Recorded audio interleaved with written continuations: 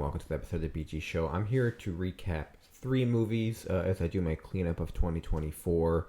I figured I'd just do them in one video as I catch up on movies I haven't seen. Once I finish catching up, I will then be able to rank my top 10 best and worst movies of the year. Those three movies are Juror number 2, The Wild Robot, and Beetlejuice Beetlejuice. Kind of a mix of movies, but I thought three of the more important movies of the year, definitely like in the discussion. So let me just get right into it. I'm going to try and add timestamps so you can skip around if you're interested more in one than the other. I'm going to start with the movie that I thought was the best of the three, which is The Wild Robot. Yes, it's a movie that's made for kids, but overall I still thought by far one of the better movies I saw this year. Definitely in the top 10 movies I've seen this year. I definitely would recommend watching it. I'm not sure if it's available on streaming yet. I think my friend had like some backdoor streaming website and was able to watch it.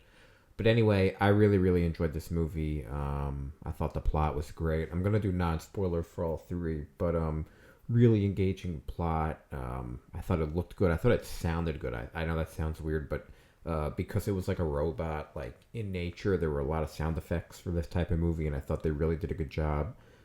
Just a really, really engaging movie. I kind of wish I saw it in theaters, but I didn't get the chance. So I would definitely recommend watching this movie. I guess just Google Wild Robot streaming and see where it comes out. But I thought the ending was good. The plot was good. It was very interesting.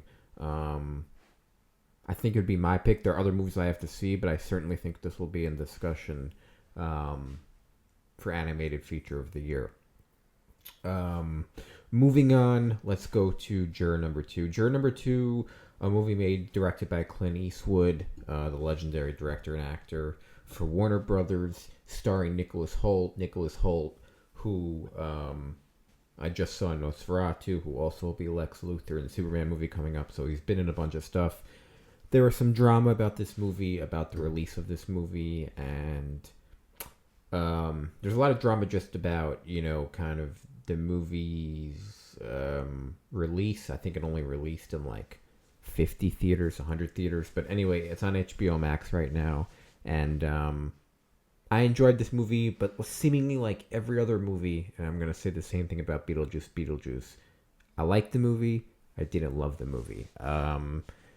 This movie, I guess to give you just a plot, if you don't want to be spoiled even about the plot, move forward. But Nicholas Hoult is on a juror trial, and it's a murder trial. Someone is accused of murdering his girlfriend, hitting him.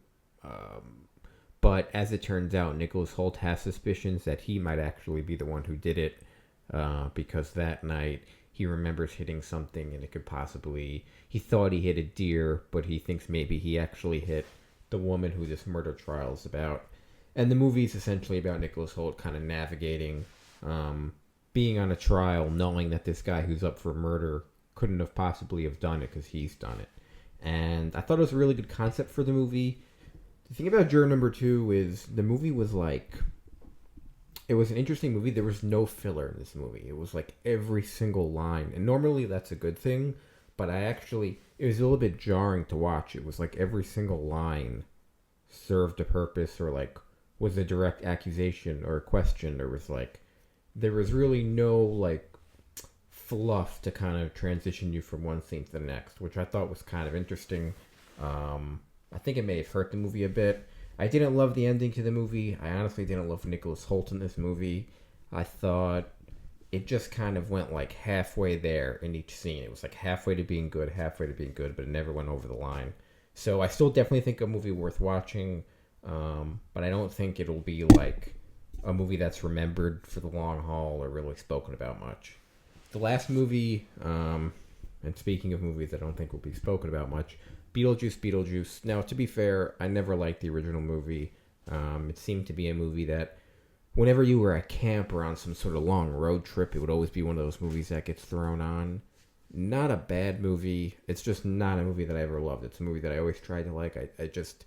I never found Beetlejuice particularly...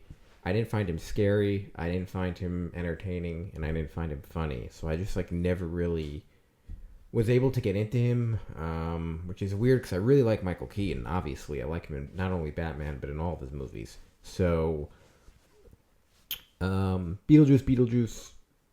I thought was a very underwhelming movie. I think even though I didn't like the first one, I think the first one is way better. The weird thing about this movie is it kind of has the feel of a Netflix movie, and I don't mean just the way it's shot, the way it's kind of. And I know Tim Burton made Wednesday for Netflix and has their relationship, so I'm not sure. You know, I think this was for Warner Brothers though, so it's not a Netflix movie. But when I say it was like a Netflix movie, I mean it was. It kind of just the themes seemed obvious. The plots. Whenever I watch a Netflix movie, it's like 10 minutes into the movie, you kind of almost can like kind of figure out what's going on for the rest of the movie. And I really got that sense here. It just didn't have the feel like the production. I can't explain it of like a bigger movie. It just felt like a more contained Netflix movie, made for TV. So I didn't really love it. I don't think there's really anything noteworthy to say about it. I thought the performances were okay. The plot line is okay.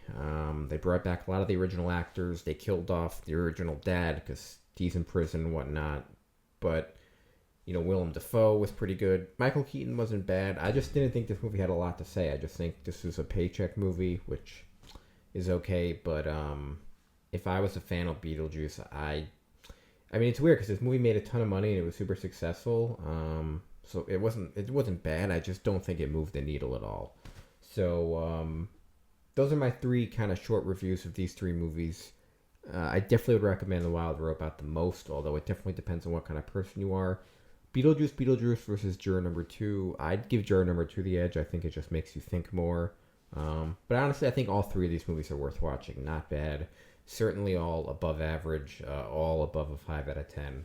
The Wild Robot, I give, I don't know, maybe like a 9 out of 10. It's very, very good. Thanks, guys, for watching. I'm excited. Stay tuned for my best and worst of 2024. I'll also be posting my most anticipated of 2025. And as always, I'll see you on the next one. Thanks, everyone.